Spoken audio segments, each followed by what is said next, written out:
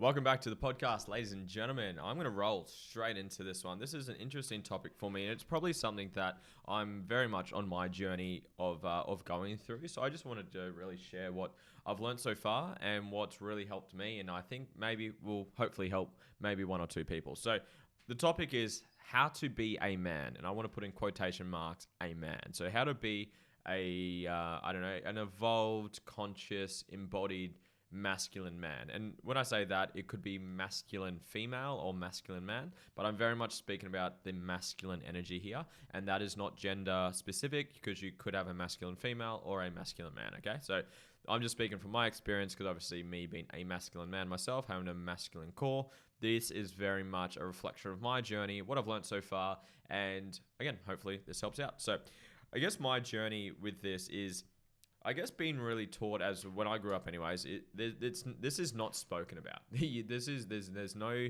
pathway, there's no learning curve, there's no learning system, there's no evolution from a boy to a man. And it's just like, you might have heard about the hero's journey, or how a young boy goes out, needs to fail, needs to rediscover who he is, needs to come back triumphant, etc.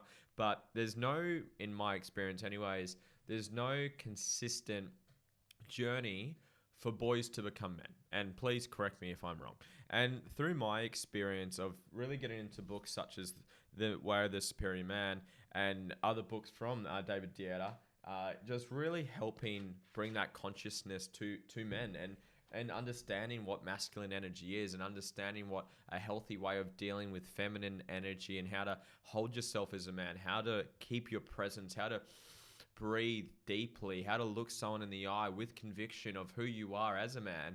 It's been quite the journey, and it's been really, really helpful. So I've got a couple of points I wanted to share, and hopefully again you guys resonate with this and get a bit of value from this. But the first point that I've gotten out of that exact book is a man must prioritize his life's purpose. He must prioritize it. I see so many boys, you see this mainly in high school, I definitely experienced this with my friends and even myself as well, is that you'll sacrifice your life's calling, your life's purpose for your relationship. Now, that will actually ruin your relationship. It's counterintuitive for people who haven't heard this before, but it will ruin it. Ladies, picture a boy who goes out and works a job that he does not love. He just does it just to pay bills. He comes home and he just distracts himself with video games, party, drinking, and then spending time with you. And instead of chasing his life's calling and his life's purpose, he does that stuff instead. Is that an attractive man, an attractive energy for you ladies? No, it's not. So a man must prioritize his calling in life. What is your calling? What is your life's purpose? What is your life's mission? And what the fuck are you doing to get there? That's the question that you got to ask yourself. So getting clear on what your purpose in life is, and make sure you fucking do not compromise anything for that. And that includes your relationship. One of the biggest chapters bigger takeaways I've gotten from this book, I did this a couple years ago when I first discovered it. I first heard of it. I got recommended it during a mastermind. I'll actually share that story in this podcast. And I did the audiobook version of it. I've found with my reading and learning lately that I prefer hard copy, so I can take notes down and just underline things, circle things. So I'm redoing it again, and I did a quarter of it over the weekend, and it's really setting off some more light bulbs for me. So I guess back to the point is, men, make sure that you prioritize your life's calling in life. What is your life's purpose? And do not compromise anything, because if you do, it lowers your self-worth and it lowers that masculine core within you, because the feminine's role is to, or main priority in life anyways, is to make sure love is flowing through his or her, because again, men can be the feminine. There could be feminine men, masculine women. So whoever the feminine is, for this video, just so I don't have to repeat myself 1,000 times, when I say man, I mean a male. I mean the masculine. That could be female, that could be male. And same thing when I say woman, that could be man or female. But when I say woman, I'm referring to the feminine, okay? And just so I don't have to repeat myself every single time.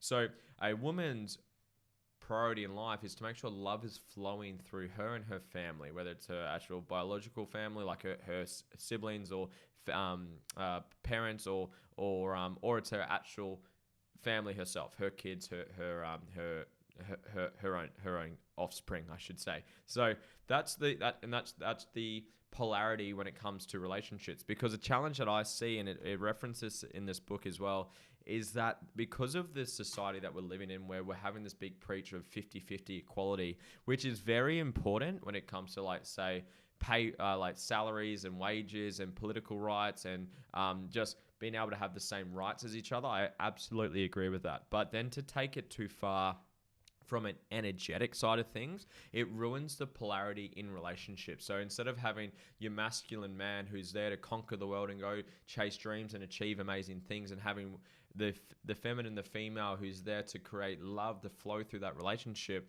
you have a in-between of both. You have wimpy men that aren't out there chasing their life's mission, and you have women that are stepping into their masculine and trying to control things and aren't actually letting that love flow through the family. And you're creating that paradox of just non-polarizing energies, which you actually need in a fulfilling relationship. So that's just, I don't know where that came from then, but that is a big challenge with this movement of having that equality 50-50. Again, yes, it is important for the, I know, economic side of things, political side of things, common rights and all that stuff. I agree. We should have equal rights, equal pay, all that stuff equal, but equal energetic roles in a relationship, I absolutely disagree to.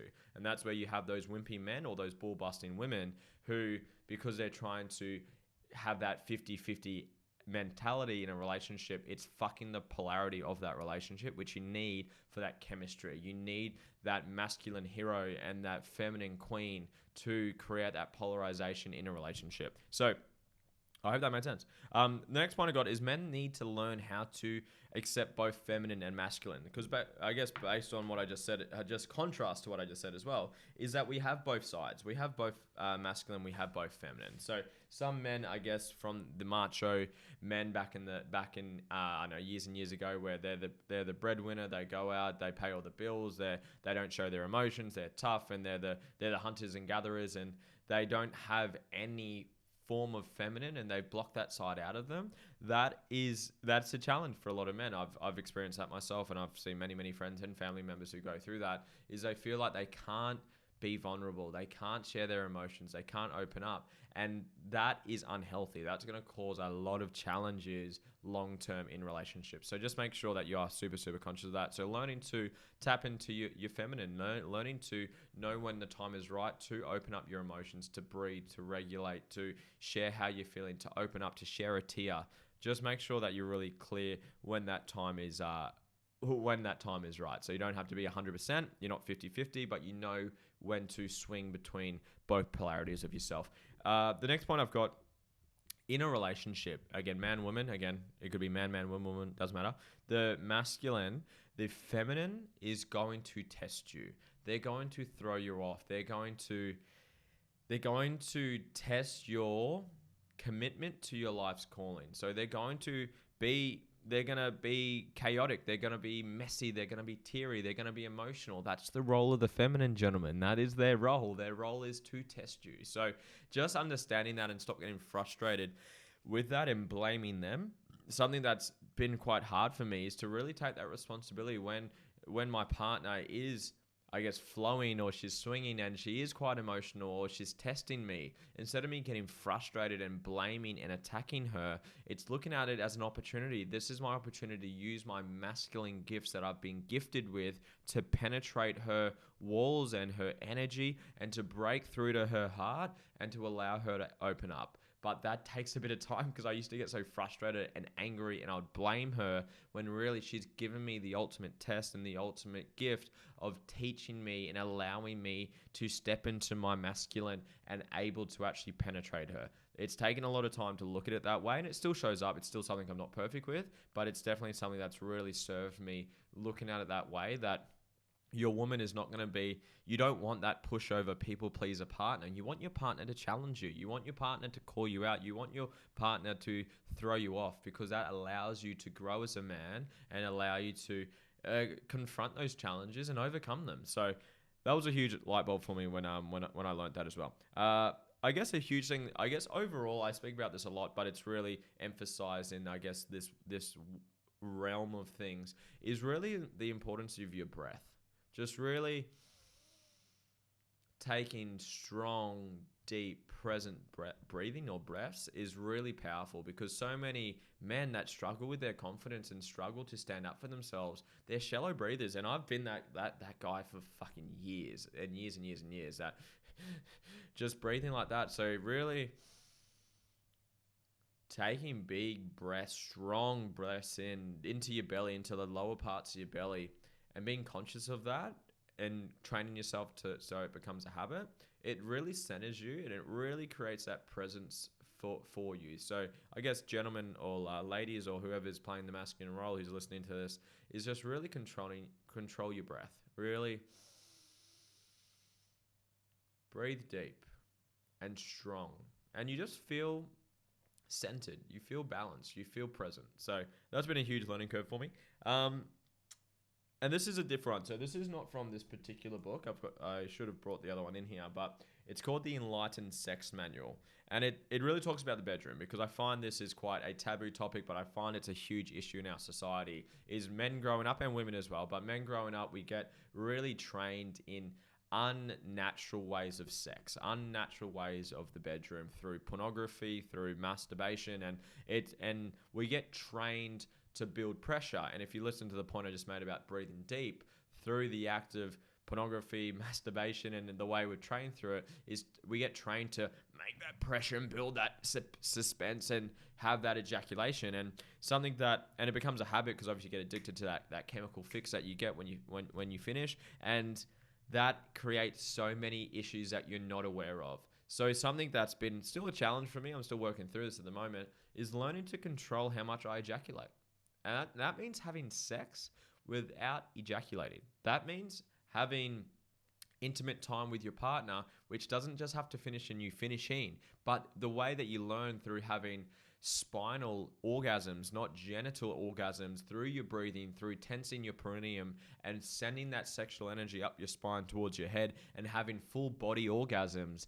It's a different fucking world. And it's stuff that, again, it's challenging, because when the fuck do we get taught this? We don't. I've been blessed that I've come into that, and I'm looking for this information that's out there for people to learn, but this shit is life-changing. So just learning to control it, like as an example, they recommend once a week, maybe once a month, or maybe a couple times a fortnight, depending. That it's personal preference. You got to test and trial and error to figure out what's the correct amount for yourself. But it's definitely been an eye-opener, because again, you don't get taught this. You get taught through watching pornography and obviously getting addicted to the chemical fix that you get from that. Is like, I know my mates back in the day, they were doing it multiple times a day, and I did too. I was doing it multiple times a day, and that shit's not healthy from your energetic level, from your mindset level, to then causing challenges in the bedroom. There's so many other issues that come from that. So just learning, I guess, how a superior man or how a real man